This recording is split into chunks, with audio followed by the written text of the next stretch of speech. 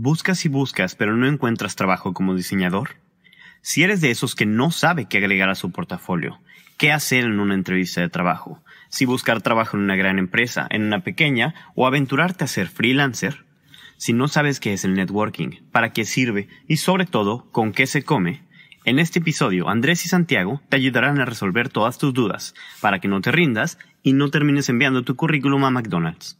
Mi nombre es Rick Mena. Les mando un gran saludo desde México y los dejo en este episodio número 38 de Design Talks, el podcast que nos ayuda a encontrar trabajo como diseñadores en español.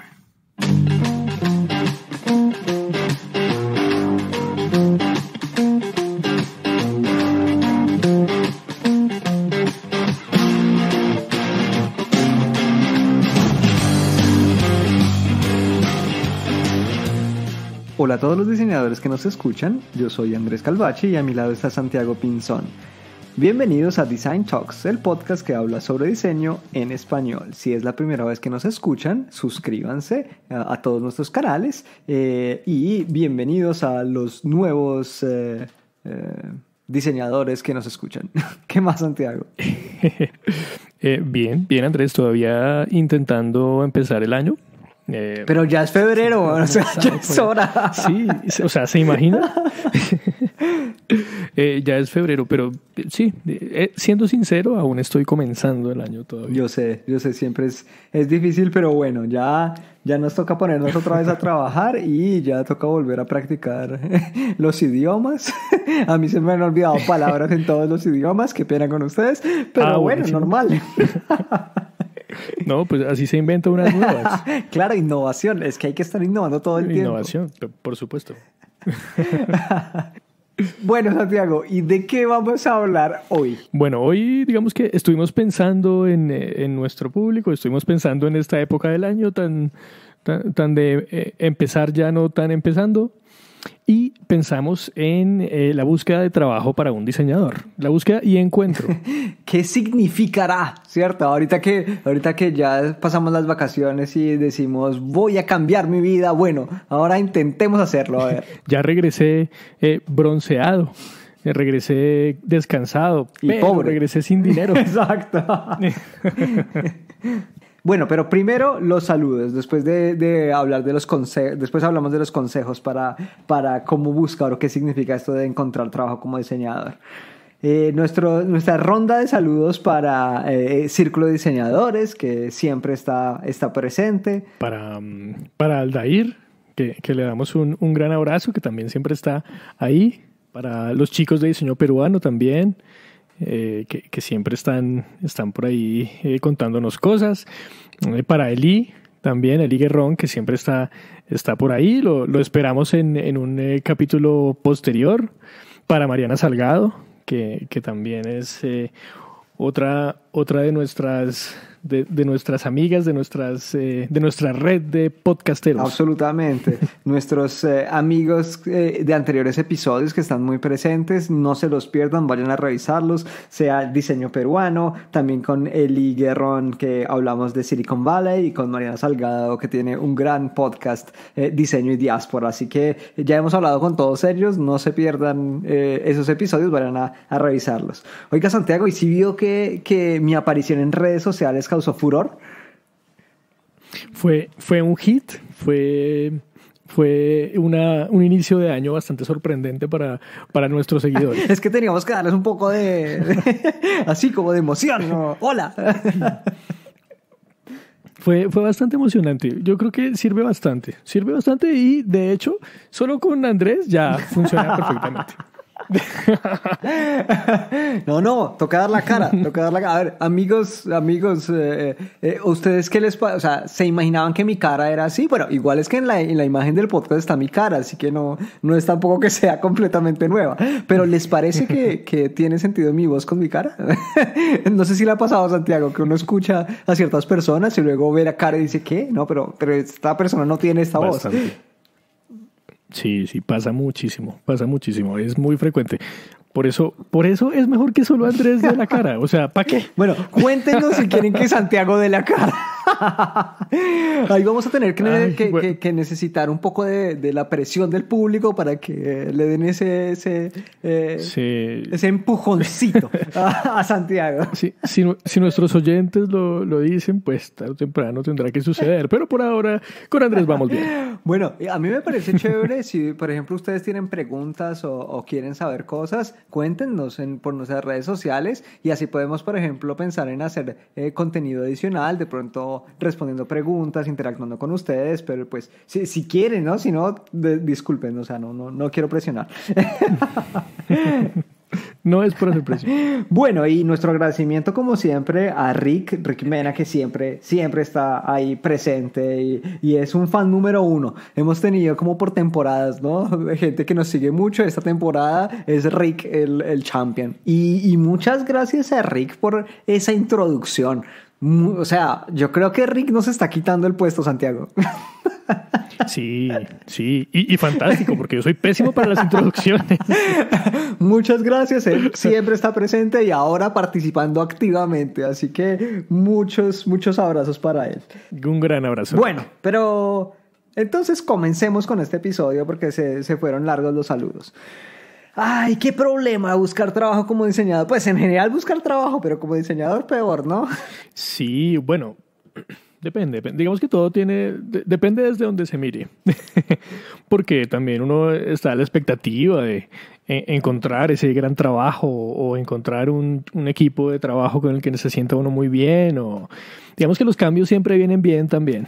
Yo creo que es parte de una mentalidad un poco millennial, pero también parte del diseñador o del diseño como profesión, ¿no? Nosotros estamos siempre buscando un poco la novedad y yo creo que eso se refleja en muchas áreas de la vida como el trabajo. Claro, totalmente. Bueno, Andrés, ¿qué tal si empezamos, por ejemplo, con cosas que sería bueno tener en cuenta? Como, por ejemplo, estar empapado del mundo del diseño, estar actualizado, saber qué está en tendencia, saber qué está funcionando mucho como en su campo del diseño. Es que es eso mismo, ¿no? Nosotros estamos entendiendo el mundo, tenemos que estar sabiendo qué es lo que está sucediendo con las tendencias, por eso hicimos un episodio de tendencias, no se lo pierdan. Esta es una publicidad política pagada. No pagada en realidad. Absoluta y totalmente no pagada. Pero sí, saber qué es lo que está sucediendo en nuestra área particular del diseño, porque pues también el diseño en general, o sea, no podemos hablar solo del diseño como una sola cosa, sino dependiendo del área de especialidad en la que nosotros estemos, pues habrán unas tendencias o algunas cosas a las que habrá que ponerles más cuidado y estar siempre como curioso, ¿no? El diseñador, por definición, debe ser curioso. ¿Y por qué? Porque la persona o la compañía a la cual estemos intentando entrar siempre va a buscar en un diseñador una persona curiosa, una persona autodidacta, una persona que, digamos, que sepa en dónde está entrando, ¿no? Sí, y no es solo desde saber en el área profesional del diseño qué es lo que está sucediendo, también en el mundo en general, ¿no? O sea, uno como diseñador tiene que entender el contexto, eso quiere decir que también hay que saber qué es lo que está sucediendo en general en el mundo, en la sociedad en la que uno esté, sobre todo, ¿no? Porque el diseño es contextual, así que pues siempre habrá riqueza sabiendo en otros sitios qué está sucediendo, pero hay que entender nuestros propios contextos y qué es lo que está sucediendo. Pero también hay que entender y hay que saber, digamos, qué es lo que uno busca como diseñador, ¿no? Y en su sector, qué está sucediendo, cuáles son las empresas que una persona, que un diseñador en donde quisiera ir a trabajar, qué están haciendo estas empresas. Y yo creo que esto le ayuda a uno a darle un poco de perspectiva y un poco de objetivo, ¿no? Para decir, venga, es que yo quisiera trabajar en el sector en la empresa tal, haciendo esta otra cosa. Yo creo que ese es un primer elemento muy importante a la hora de encontrar trabajo como diseñador. Y eso también ayuda a perfilar, digamos, que los elementos que son la carta de presentación, ¿no? Cosas como el portafolio, cosas como la hoja de vida, digamos que si sabemos para quién va. Currículum, porque hoja de vida es solo para Colombia, Santiago. Nadie entiende hoja de vida. Me di cuenta en algunos momentos. Como, la hoja de vida. ¿Ah? ¿Cómo así? En algunos tristes momentos. ¿De qué hablas? Sí. Entonces el currículum nos referimos, es que en Colombia se llama hoja de vida. Exacto. Entonces, digamos que si tenemos claro un objetivo y hacia dónde queremos ir, pues el diseño de esos elementos va a ser mucho más claro y va a ser mucho más orientado a dónde vayamos a ir. Además que nos da un poco de seguridad, ¿no? Un poco más de certeza en el momento de poder, por ejemplo, hacer un portafolio o no hacer un portafolio, o sea, como exaltar algunos elementos más que otros dependiendo de lo que nosotros estemos buscando como profesionales, ¿no? O saber y preparar una entrevista cuando ya tengamos la oportunidad, cuando nos llamen para ir a hacer la entrevista o las pruebas. Bueno, o sea, yo creo que es mucho mejor tener ese objetivo para poder prepararse y ser coherente y más efectivo. Y digamos que ser natural en la entrevista, ¿no? Ser auténtico, ser uno mismo en la entrevista, ¿no? No hay nada peor que entrevistar a un robot, ¿no? Entonces, digamos que si les toca este pedacito, digamos que un buen tip sería naturalidad, sinceridad, tranquilidad, espontaneidad, ¿no? Es cierto, hay que mostrarse un poco como es, pero también hay otra parte cierta. Cualquier entrevista, y no como solo como diseñador, sino pues en cualquier trabajo, se trata como de ese feeling que hay entre quien le hace la entrevista y el entrevistado, ¿no? Ahí es cierto, es muy difícil mostrarse en un momento corto como una entrevista, en algunos minutos, como la complejidad de lo que uno es, lo que uno no es, lo que uno sabe hacer, lo que no sabe hacer o cómo se comportará. Así que, bueno, hay que tener en cuenta que de todas maneras las entrevistas pues lo condicionan, en el momento está condicionado y las personas que hacen entrevistas todo el tiempo lo saben, ¿cierto? Y están intentando ver estos elementos, ¿no? Estos elementos que puedan hacer de una persona ese candidato que se está buscando, ¿no? Entonces son como los detalles que le pueden ayudar a cualquier persona durante una entrevista. Claro, y digamos que solo teniendo un poco de empatía, digamos que tratando de entender también al entrevistador, digamos que ya se ganan bastantes puntos. Así como tenemos que tener empatía con nuestros usuarios, pues nuestro usuario en este instante es el entrevistador. Bueno, nosotros somos el usuario del entrevistador. Exacto. Pero bueno, eso... de las dos, hay un poco de ambas. Exacto. Hay que prepararse, claramente este es un consejo para los diseñadores más nuevos, ¿cierto? Que con menos experiencia, pero es claro que si yo voy a entrar a una empresa y esta empresa está buscando algo, está buscando una nueva persona, pues se espera que esa persona quiera venir a trabajar en la empresa. Eso quiere decir que hay que tener un mínimo de conocimiento de qué es lo que hace, de qué es lo que uno puede hacer. Esto es muy importante, pero insisto, estos son casi que consejos generales, ¿no? ¿Qué es lo que la persona le puede dar a la empresa? No solo lo que la persona quiere o se espera recibir, sino más bien lo que uno puede darle, lo que uno puede ofrecerle a la empresa. Este punto es clave porque digamos que la empresa no busca a alguien que me diga que puede hacer de todo, ¿no? Que puede hacer desde A hasta Z, porque claramente, sobre todo si es una persona que está arrancando, no va a poder hacerlo, no voy a creer. Entonces, digamos que lo más importante es tener claros los límites, saber en qué soy bueno, saber en qué quisiera aprender, porque también esto se trata de un aprendizaje mutuo. Entonces, digamos que tener en cuenta esas cosas pues hace que la entrevista sea algo mucho más natural, mucho más tranquilo, mucho más ameno, ¿no? Porque si el tema de la química aparece, créanme que es mucho más importante que haya química, que haya empatía, a que empiecen a considerarlos como un magno diseñador flotante, ¿no? Absolutamente. Un magno diseñador flotante. Yo quiero entender este concepto. Andrés, esperemos que la gente que nos escucha lo entienda. Perdón. Cosa que creo son muy mis difícil. límites, lo sé. Sí. Cosa que creo muy complicada. Bueno, Santiago, hablemos del portafolio, ¿no? Porque el portafolio es uno de estos elementos que un diseñador debe tener, o tal vez no. ¿Quién sabe? Pero digamos que en la mayoría de los casos el portafolio es un elemento que nos caracteriza como diseñadores. En muchas otras profesiones simplemente se trata de currículum y entrevista, pero nosotros tenemos casi siempre este elemento, ¿no? El portafolio, así que es importante para los diseñadores. Claro. Digamos que hay dos aspectos claves en el portafolio. Uno, digamos que es la habilidad técnica, el qué puedo hacer, digamos, a nivel técnico, digamos, el manejo de los programas, de la comunicación, tal vez del proceso. Y otra es el elemento, digamos, subjetivo, el tema de la originalidad, el tema del digamos que le da cierta identidad al trabajo, ¿no? Entonces, digamos que en el portafolio se ven sobre todo esas dos cosas. Yo le metería una tercera, que para mí, de hecho, cada vez es más importante, dado, digamos, el área en el diseño en la que estoy, que es el storytelling, ¿no? El concepto detrás de lo que se está diseñando, ¿no? No tanto el objeto en sí mismo, sino cómo llegamos a ese elemento, a eso que quiero mostrar en el portafolio. Exacto, claro.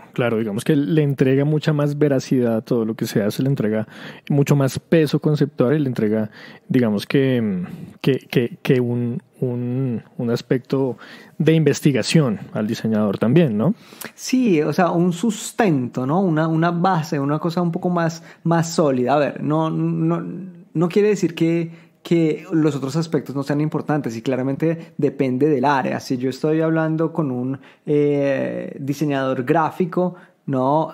Seguramente el tema de cómo se resolvió estéticamente, cómo, digamos, cuál es esta capacidad para hacer comunicación visual que sea atractiva, que sea impactante, ¿cierto? Tiene o sea, es mucho más importante que, no sé, un diseñador de user experience que en realidad o sea, muestra flujos, muestra experiencia dentro de, por ejemplo, el producto digital y que por sí eso no es, ¿cómo decirlo?, estéticamente bello o no, al menos en términos tradicionales. Claro. Depende de cada enfoque del diseño. De acuerdo. También. O por ejemplo en el diseño de producto. En el diseño de producto no necesariamente tiene... O sea, sí, la parte estética es importante, pero claramente si el objeto funciona o no funciona y por qué funciona y si se puede producir o no se puede producir, tienen un peso igual o mayor a si es bello o no estéticamente. Y el desarrollo, ¿no? Las pruebas, los prototipos, etcétera. Pero digamos que todo se reduce también a ese know-how, ¿no? A cómo hago yo las cosas, a si sé hacer las cosas, a cómo es mi proceso, a cómo yo llego a este resultado, ¿no? ¿Qué tal es el portafolio de Santiago? Uy, fuerte. ¿Qué digo yo? Es muy difícil que yo responda, ¿no? Porque pues, mi respuesta claramente no va a ser nada objetiva. Pero ¿cómo? O sea, usted tiene el portafolio, o sea, usted actualiza su portafolio. Yo no, por ejemplo. Digamos que lo uso muy poco.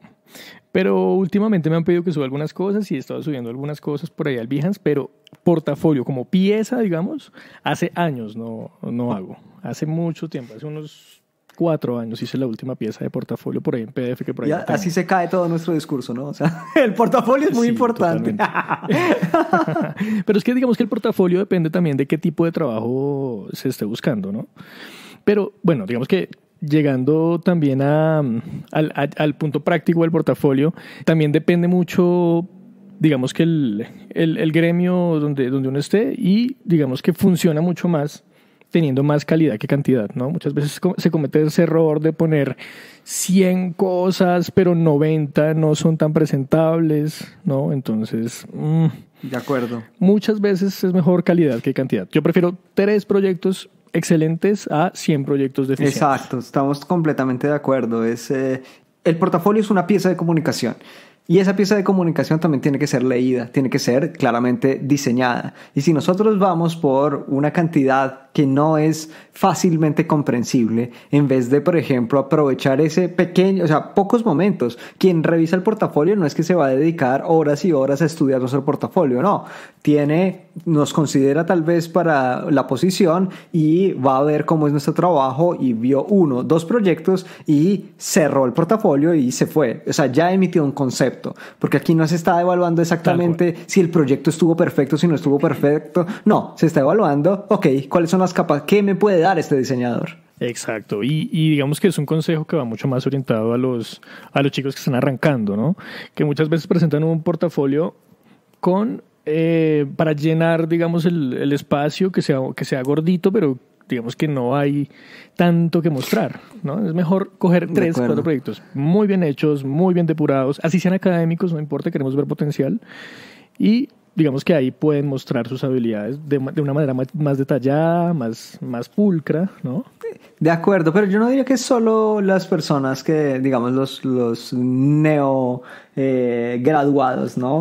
Yo diría que de hecho hay mucha gente que simplemente tiene, y de hecho Behance y muchas de las plataformas han contribuido a eso, a que simplemente sea este impacto visual de la imagen hecha muy bien independientemente de lo que se esté haciendo, ¿cierto? Una imagen muy poderosa con unos créditos, como si estuviéramos hablando casi de una obra de arte y no de un objeto de diseño que tuvo todo un background para poder llegar. Un desarrollo. Exacto, entonces... Exacto. Sí, digamos que ese tipo de cosas las apoya mucho la entrevista, las apoya mucho el discurso, las apoya mucho la hoja de vida, el currículum. Exactamente. Porque también vamos a conocer por medio de esos aspectos quién está detrás de, ¿no? Detrás de esa imagen, detrás de, digamos que todas estas cosas que nos muestra. Exactamente. Así que, bueno, amigos diseñadores, prepararse para la entrevista, conocer de qué se está hablando, mostrarse tal y como es, mostrar esa parte, digamos, como ese valor que que se puede dar a una empresa y, bueno, preparar ese portafolio no solo a nivel de comunicación, sino a nivel también de presentación. Nada peor que en la entrevista le digan a uno, bueno, cuéntame un poco de tu trabajo y uno se quede en blanco y no sepa de qué hablar cuando tiene la oportunidad de decir, vea, la cosa más importante de este proyecto fue esto, yo hice esta parte, tuvimos problemas aquí, lo resolvimos así. Así que, o sea, hay que prepararse, ¿no? Así es. Bueno, y en la segunda parte de nuestro episodio vamos a hablar un poco de dónde buscar, de qué hacer con las redes de contactos y también una perspectiva desde quién nos contrata, ¿no? Vamos a verlo esto en la segunda parte, no se la pierdan.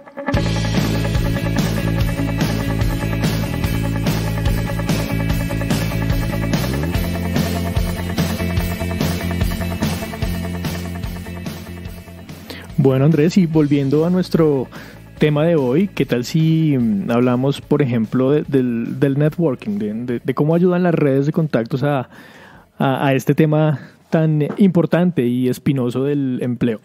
Yo creo que el networking es la forma más efectiva para poder encontrar trabajo. Yo creo que más allá de cualquier otra estrategia de acoso, trámite a través de, por ejemplo, LinkedIn, que puede funcionar, algunas veces funciona. Creo que la red de contactos que creamos y que tenemos es vital y es la base. Totalmente. Y digamos que eso va apoyado con el trabajo, ¿no? Digamos, si alguien te conoce en un empleo y sabe que trabajas bien, sabe que eres bueno, sabe que eres amable, sabe que eres una persona confiable, inmediatamente te va a recomendar, ¿no? Sin ningún tipo de interés. Si no eres confiable, tienes problemas. Pero... Si no eres confiable, te recomendamos el emprendimiento, trabajar freelance. Menos mal que si uno no es confiable le puede ir bien como freelance. No, mentira. Mentiras, es falso. Siempre debes ser confiable. Aquí en Design Talks apoyamos a las personas confiables. Y de hecho ahí hay un tema importante hablando de LinkedIn que es muy importante. Cada vez más es más importante tener este perfil profesional online para poder crear una red de contactos, pero también poder ser visible para una persona que esté haciendo reclutamiento, ¿no? Y que va a estas plataformas a encontrar cuáles son estos mejores perfiles. Así que conectándolo un poco con el portafolio del segmento pasado, también creo que tener un perfil actualizado en plataformas como LinkedIn puede ayudar mucho a encontrar encontrar trabajo. Claro, y bueno, digamos que uniéndonos ahí con el tema, las compañías, digamos que la gente que puede ofrecer empleo busca no solo buenos profesionales, sino buenas personas, ¿no? Entonces una persona, digamos, empática con habilidades, digamos, de trabajo en equipo, con habilidades sociales, es una persona que va a conseguir empleo mucho más fácil. Esté empezando o esté ya en una etapa más madura de su carrera, digamos que le ayuda muchísimo a este tema del empleo. Y también digamos que con esas relaciones que se crearon y que se van creando durante la vida laboral, pues también uno tiene que hablar, ¿no? O sea, si uno está buscando nuevas oportunidades de trabajo, pues aproveche esa persona que conoció y que cambió de trabajo y que se fue para otro lado, háblele, contáctela, mire a ver cómo le ha ido, de pronto hay oportunidades en otro sitio y aproveche pues esa red y de contactos. Y pregunte, no le dé pena, pregunte. Muchas veces si usted conoce, tiene un amigo que esté bien posicionado, tiene un conocido, un profesor, digamos que no sabemos qué oportunidades se aparezcan. Muchas veces, no sé, por ejemplo, en la empresa donde alguno esté trabajando necesitan un abogado. Yo no me hablo con abogados, pero de pronto conozco a alguien que sí. Entonces, digamos que preguntar no es ningún problema y sí puede estar por ahí el siguiente empleo, ¿no? Así que bueno, a aprovechar esta red de contactos o a construirla, porque si no la tenemos todavía, pues entonces empecemos a construirla. Una buena forma también es participar en eventos, en workshops, estar un poco activo también en redes sociales, crear perfiles, o sea, de pronto crear un blog, crear contenido que permita empezar a hacer un podcast, por ejemplo. Por ejemplo, Andrés. ¡Ay, qué buena idea, man! Vamos a hacer cápsulas de clasificados. Espérenlas. Deme trabajo, por favor. Oiga, sí, puede ser. Si a alguien le interesa encontrar trabajo a través de Design Talks, pues cuéntenos. No buscar trabajo, sino si tiene un trabajo para ofrecer. Porque... Sí, serían cápsulas de ofrecer trabajo. Porque buscar, pues... De acuerdo. No nos envíen sus hojas de vida hasta que les digamos sus currículums. Bueno, y hablando de eso, digamos que detectar el mercado, ver la oferta y la demanda, lo que está sucediendo en su contexto, es totalmente clave, ¿no? Si yo tengo ciertas habilidades de diseño, pero las quiero aplicar en un mercado totalmente saturado, tengo que subir mi nivel a un punto impresionante para poder ejercer y que me vaya bien. Pero si empiezo a aplicar mis habilidades a algo que no tenga demasiados profesionales interviniendo, de pronto puedo abrirme camino, ¿no? Es que de hecho los dos extremos tienen más o menos el mismo problema, ¿no? En un mercado que esté saturado de profesionales en diseño de una cierta especialidad, va a ser difícil que nos contraten y claramente tendremos que mostrarnos, sí, tendremos que hacernos muy atractivos. Nuestro perfil tiene que ser muy atractivo para que digamos que se sobresalga un poco en el mercado para poder ser contratado. Asimismo, en estos nichos tan pequeños de mercado que en realidad no haya oferta, ¿no? Si yo quiero, y no quiero meterme en problemas, pero no sé, quiero ser el diseñador de tipografía del nuevo iPhone. No puede ser del nuevo iPhone. no, decía como, no sé, de tipografía para empaques del sector farmacéutico. Y hombre, pues no exageremos, ¿no? No podemos ir a un nicho de mercado tan pequeño, ¿cierto? Que no nos permita, o sea, que de pronto hay 2, 3, 5 ofertas de trabajo en todo un mercado y pues que claramente será muy difícil que la encontremos. Así que, o sea, también ahí tendría uno que sobresalir y que crear como todo un perfil muy, muy relevante. Así es. Digamos que también saber hacia dónde se apunta pues es clave, como decíamos al principio, para tener un discurso mucho más potente. Y yo creo que es una oportunidad siempre para evaluarse a sí mismo y para ver hacia dónde vamos como diseñadores, qué es lo que queremos, ¿no? Si tal vez nosotros estamos en un área demasiado concurrida, con demasiada competencia, tal vez lo que tendremos que hacer es especializarnos o movernos, ¿no? Y entonces sí, entender el mercado, qué está buscando, qué tipo de diseñadores está buscando y formarnos hacia ese lado. Así, pues, en vez de meternos hay una teoría del océano azul y el océano rojo. No sé si la tiene presente Santiago. Desde estrategia de mercados, pero digamos simplemente el ejemplo lo traigo es porque si nosotros nos metemos a un océano rojo, o sea, un océano súper competitivo donde no se puede hacer nada, ¿cierto? Vamos a tener muy difícil. Si nosotros nos vamos hacia los océanos azules, ¿cierto? O sea, los océanos donde tal vez hay oportunidades, pero todavía no las han, digamos, no está saturado, nuevas oportunidades, de pronto no hay profesionales profesionales que estén trabajando en esa área, pues, hombre, movámonos hacia esos mercados. Totalmente, totalmente. Es un excelente ejemplo para aplicar acá, porque también tiene que ver mucho con el autoconocimiento, como digamos que saber en qué soy bueno, saber en qué potencial tengo, saber hacia dónde quiero capacitarme, hacia dónde quiero aprender, porque también se trata de, no solamente yo llego, sí, buenas, quiero tal sueldo, etcétera, no, también es qué aprendizaje me va a entregar esta experiencia de trabajar por acá, qué le voy a aportar yo a este lugar, porque son cosas que también hay que preguntarse y cosas de las que hay que ser consciente, ¿no? Uh-huh. Y ya hemos hablado un poco de estos temas, pero ¿qué es lo que busca ese empleador, ¿no? O sea, ¿cuáles son esas características que tienen un valor para quien contrata, ¿no?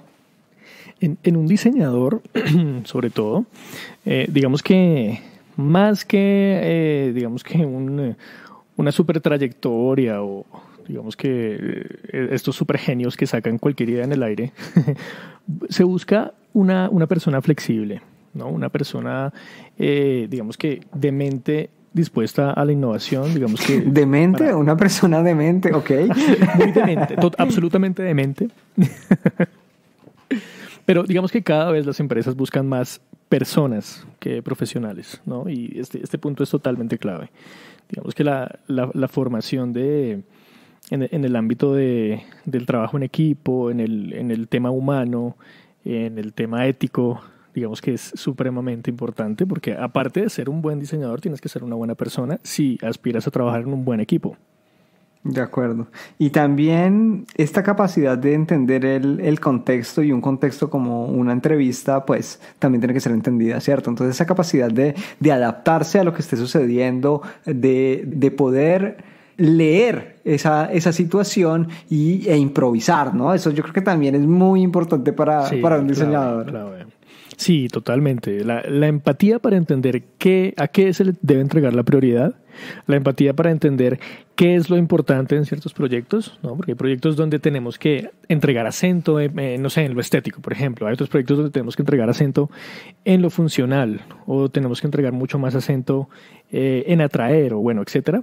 Digamos que esa capacidad de identificar dónde tiene que estar el fuerte acá es muy importante en un diseñador. Es el storytelling, ¿no? La capacidad de contar la historia que está detrás de lo que hemos diseñado, de lo que vamos a o sea, de la solución para el problema específico que nosotros estamos intentando resolver. O sea, eso es muy importante para un diseñador, es muy importante para quien contrata. Entonces, hay que mejorar esas capacidades histriónicas y de improvisación porque nos pueden ayudar a conseguir trabajo. Importantísimo porque digamos que dentro de la flexibilidad mental que un diseñador debe tener, debe existir esa capacidad de, por acá no es, voy a girar.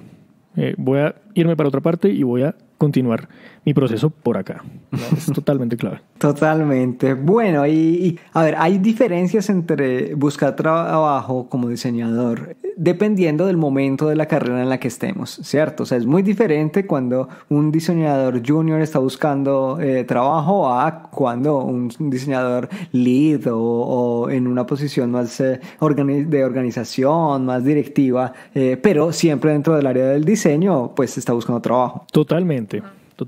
Cuando digamos que el diseñador es junior, está empezando con sus primeras experiencias de diseño, un reclutador, una persona que esté buscando, no va a buscar un diseñador que sepa hacer de todo, ni va a buscar un diseñador que tenga un gran portafolio extenso, ni que tenga una experiencia muy fuerte, pero sí va a buscar potencial.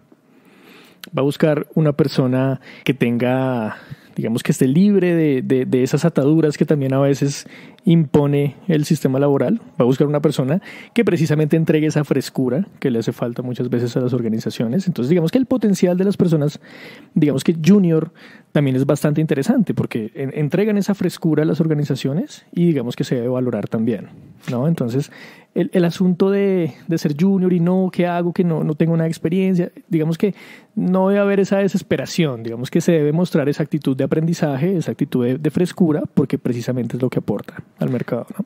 Y cada vez que vamos, digamos, creciendo como diseñadores, nos vamos dando cuenta de qué somos capaces de hacer, qué no somos capaces de hacer, qué nos gusta, para qué somos buenos, etcétera. O sea, como un poco una conciencia de sí mismo y de ese valor que podemos aportar a la empresa que nos está contratando. Así que yo creo que eso se va refinando con el tiempo. Creo que la seniority también hace parte de eso, ¿no? Reconocerse a sí mismo y poder decir, ¿sabes qué? Esto sí, esto más o menos, esto me interesa pero no lo sé hacer, esto mira, no. O sea, aquí por favor no me mandes porque no te conviene a ti, no me conviene a mí. Tal cual. Digamos que se van madurando las ideas, se van madurando los objetivos también. Y digamos que el tema de la consecución de trabajo ya pues cambia un poco, ¿no? Pero digamos que en ambos casos se tiene que tener en cuenta pues este asunto de la conciencia, de qué puedo dar, de qué no puedo dar. Porque digamos que un junior, por ejemplo, también debe ser consciente de que no puede ofrecer un portafolio gigante de servicios si no puede disponer de él. Muchas veces para las empresas es mejor un junior totalmente franco, totalmente, digamos que transparente hablando de sus habilidades, que un junior que diga que es capaz de hacerlo todo, porque claramente va a ser muy difícil que se cumpla eso. Total, y yo creo que, bueno, esta no es de buscar trabajo, pero sí es de un poco de la vida laboral. Ser lo suficientemente humildes para entender que no lo sabemos todo y que estamos aprendiendo, ¿no? Yo creo que ese es un error en el que muchos hemos caído en diferentes momentos de la vida, pero no entender que tal vez no hemos entendido, ¿cierto? O sea, que es como, o sea, como que siempre meterse ese punto de interrogación, ¿no? Es como, ay, pero ¿qué me quiere decir esa persona? O sea, el senior que está en el proyecto en el que yo estoy trabajando, ¿qué es lo que ese senior puede ver que yo no veo? No como no tiene razón o no sabe lo que está haciendo, sino más bien qué es lo que yo todavía no alcanzo a ver o hacia dónde va. Así que eso no quiere decir que siempre sea así correcto, pero creo que esa humildad y esa duda siempre puede funcionar, siempre puede ser útil. Es importantísimo porque también está como esa capacidad de aprendizaje, ¿no? Uno también aprende desde la conciencia de qué está ausente en mí, ¿no? Entonces, de qué no tengo todavía. Y si digamos que uno empieza esa búsqueda con esa actitud de aprendizaje, pues va a poder encajar en un equipo que tenga profesionales que le aporten a uno mucho, porque digamos que hay que pensar en el tema de, sí, claro, consigo trabajo, pero también en el tema de estoy aprendiendo, en el tema de, digamos que de aquí a 5 años, cómo va a ser mi situación, ¿no? Entonces, sí, digamos que conciencia, franqueza y lo que decía Andrés, bastante humildad también. Y también no correr, ¿no? A veces creo que tenemos como este afán por crecer y por hacer y por ganar más y por cambiar de posición, cuando a veces también es bueno, digamos, parar un momento, esperar, madurar esas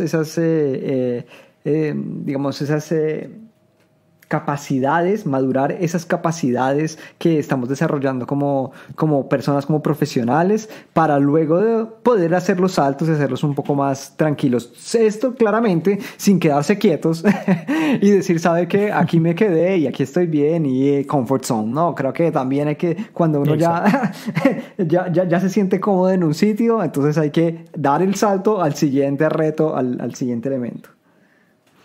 Total, y aquí hay una parte interesante porque, por ejemplo, muchos diseñadores junior buscan aplicar a empresas gigantes, ¿no? Entonces yo quiero arrancar trabajando con Amazon, yo quiero arrancar trabajando con IKEA, yo quiero, digamos que empiezan a buscar cosas en firmas muy grandes y muchas veces se estrellan con estructuras organizacionales muy poco amables para la gente que está arrancando, ¿no? Entonces muchas veces el valor de la empresa pequeña no se tiene en cuenta, pero muchas veces para empezar una empresa pequeña te puede entregar un conocimiento bastante grande.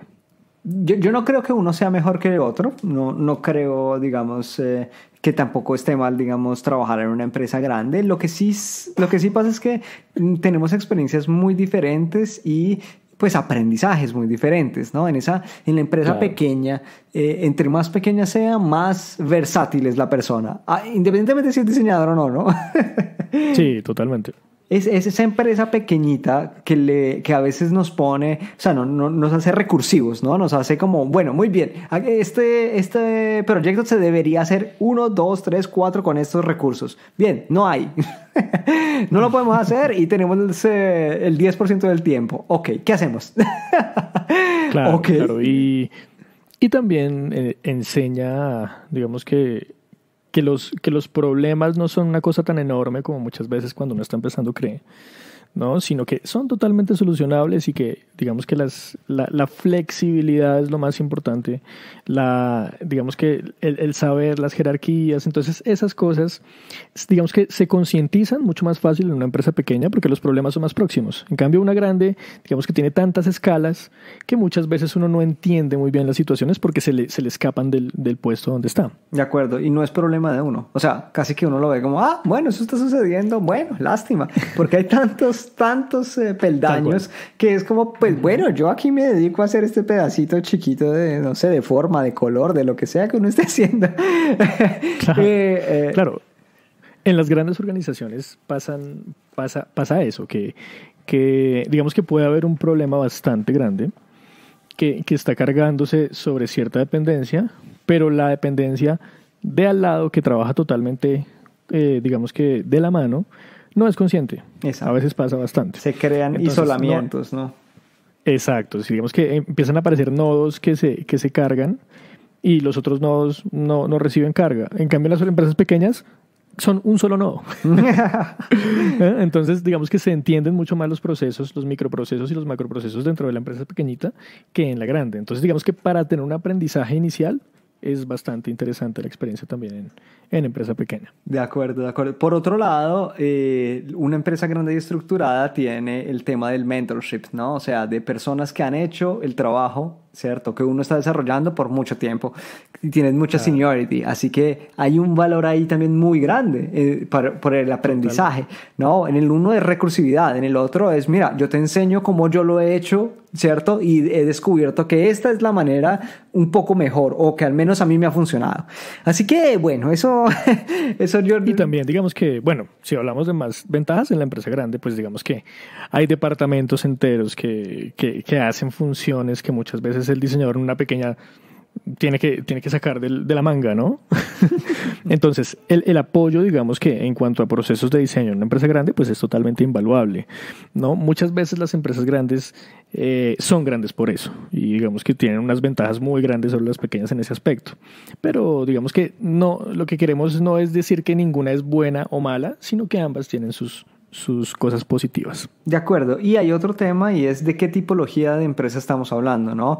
Yo siempre las he un poco dividido entre las agencias o más bien quien trabaje un poco en consultoría, como que trabaje como para otras empresas haciendo diseño o las empresas en las que han integrado el diseño internamente, ¿no? Ahí hay una gran diferencia y también hay puntos positivos y puntos negativos pues de los dos lados, ¿no? Claro.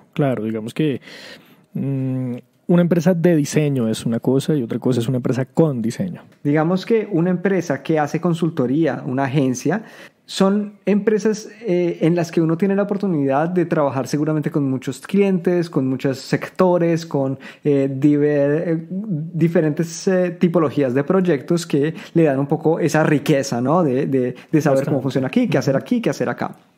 Del otro lado, una empresa le permite a un diseñador ir más en profundidad a conocer una particularidad de un sector o de la empresa misma, ¿cierto? A volverse un poco más experto, más especializado en el sector automotriz, en el sector farmacéutico, en el sector. Y sobre todo, claro. Para mí, la gran diferencia es esa profundidad. Lastimosamente, en mi experiencia, que principalmente la he hecho en agencia y en consultoría, muchas veces uno termina demasiado superficial porque le llegan los proyectos hasta cierto momento, en cierto punto, ¿no? Uno nunca llega a la profundidad.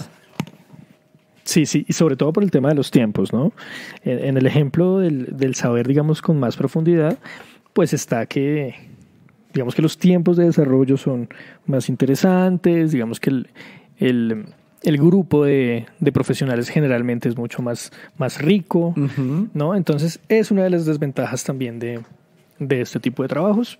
pero digamos que el diseñador tiene la habilidad de poder saltar entre lo uno o lo otro, ¿no? Encontrar la profundidad también depende mucho del profesional. Y creo que también habrá que explorar un poco, ¿no? O sea, no casarse con un lado, con el otro, con la empresa grande, con la pequeña, No, creo que nuestra riqueza también depende de cuánto conocemos y cómo nos podemos mover en diferentes contextos. Tal cual. Andrés, ¿qué tal si hablamos un poquitín ya para ir cerrando del trabajo freelance? Bueno, esa es otra opción que muchos diseñadores hacemos, muchas personas lo hacen de manera paralela o de manera, digamos, como fuente principal de trabajo. Ese creo que es como tema para otro capítulo, ¿cierto? Cómo ser freelance, es todo un mundo, ¿no? Digamos que podemos, podríamos profundizarlo en un capítulo más adelante. Pero es una opción laboral también, ¿no? Hay plataformas para buscar oportunidades freelance, por medio del network también se pueden buscar cosas por ahí. Conocemos, de hecho, con Andrés hemos entrevistado diseñadores que, digamos que ese es su modelo de trabajo y digamos que les gusta mucho y están en una buena situación con eso.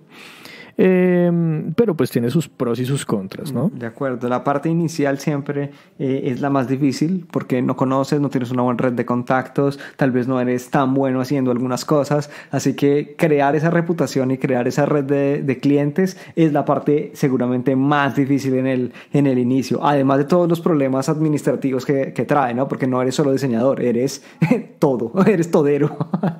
Así que a nivel, digamos, total, de empresa. Eres el del departamento de cobranzas. Eres el departamento de envíos, eres el departamento comercial, ¿no? Exacto. De hecho, uno está más cercano a un emprendimiento, claramente en una dimensión pequeña, pero sí, o sea, esa autonomía y esa rigurosidad en el trabajo, y depende, eso es mucho de la personalidad, ¿no? O sea, hay personas que son más proclives a poder hacer freelance y hay otras que no, que es mucho más difícil porque no quieren, digamos, asumir todos los retos y todas las responsabilidades que conlleva ser independiente. Pero, de hecho, un modelo mixto me parece bien interesante. Es bastante interesante un modelo mixto, claramente mirando el tema del tiempo personal. Si uno quiere tener vida, también hay que revisarlo. Total.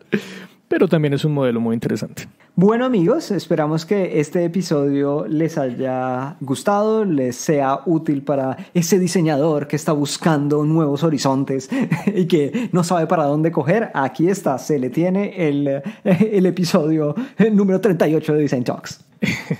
Totalmente. Y digamos que si quieren un episodio completo sobre trabajo freelance, podemos hacerlo. Cuéntenos, háganos cualquier pregunta, cualquier sugerencia, cualquier crítica. Todo está maravillosamente recibido. Recuerden, si quieren participar en Design Talks, si quieren hacer, por ejemplo, el intro de un episodio, cuéntenos, porque estamos siempre dispuestos a escucharlos y a hacerlos participar, porque esto es más que todo una comunidad de diseñadores. Totalmente. Andrés, ¿algún otro comentario sobre búsqueda y o encuentro de trabajo? No, pues si tienen propuestas buenas, sobre todo, envíenmelas. O sea, no es por nada, pero no. Si hay algo por allá, pues. No, mentira. No, esperamos que ustedes puedan buscar nuevos horizontes en su carrera de crecimiento, sea profesional que personal, y que podamos ayudar en una mínima con un mínimo de consejos. Así que bueno, amigos, como siempre, compártanos en sus redes sociales, cuéntenle a esa persona que usted está pensando desde hace rato que Design Talks está muy bueno y que todo el mundo lo debería escuchar. Bueno, es el momento de compartirnos y de recomendarnos a sus amigos y conocidos. Así es. Y no siendo más, bueno, pues los esperamos más adelante, los esperamos ahí, que sigan ahí, esperamos que continúen con nosotros. Nos vemos dentro de 15 días con un nuevo episodio de Design Talks, los jueves, como siempre. Chao. Una ventana cerrada, tras una puerta escondida, tapada con una sábana, oculta tras la cortina, callado sin respirar, no quería Marica, yo nunca sé cómo cerrar.